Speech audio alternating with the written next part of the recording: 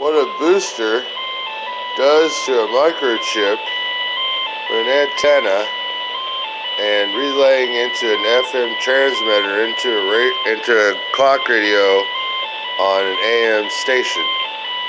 Now here's the effect, okay? Like there's multiple effects here. First of all, you're conducting electromagnetic sound in the magnetic field. You can hear it in the radio versus the actual arc. And then, like if you get close to this chip, it sends off ionizing rays.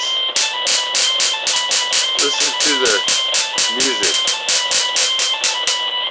Hear it skipping? That means it's hitting the microchip. It actually shut it down just a few minutes ago.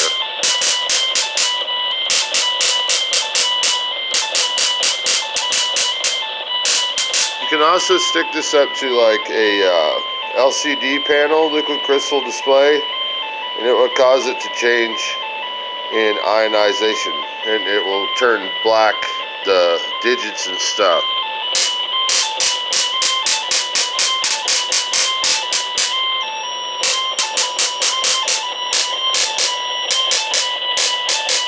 Skip. It just killed the electric microchip. Check that out. Now watch. This is what happens when I hit the reset button. It killed the bootloader.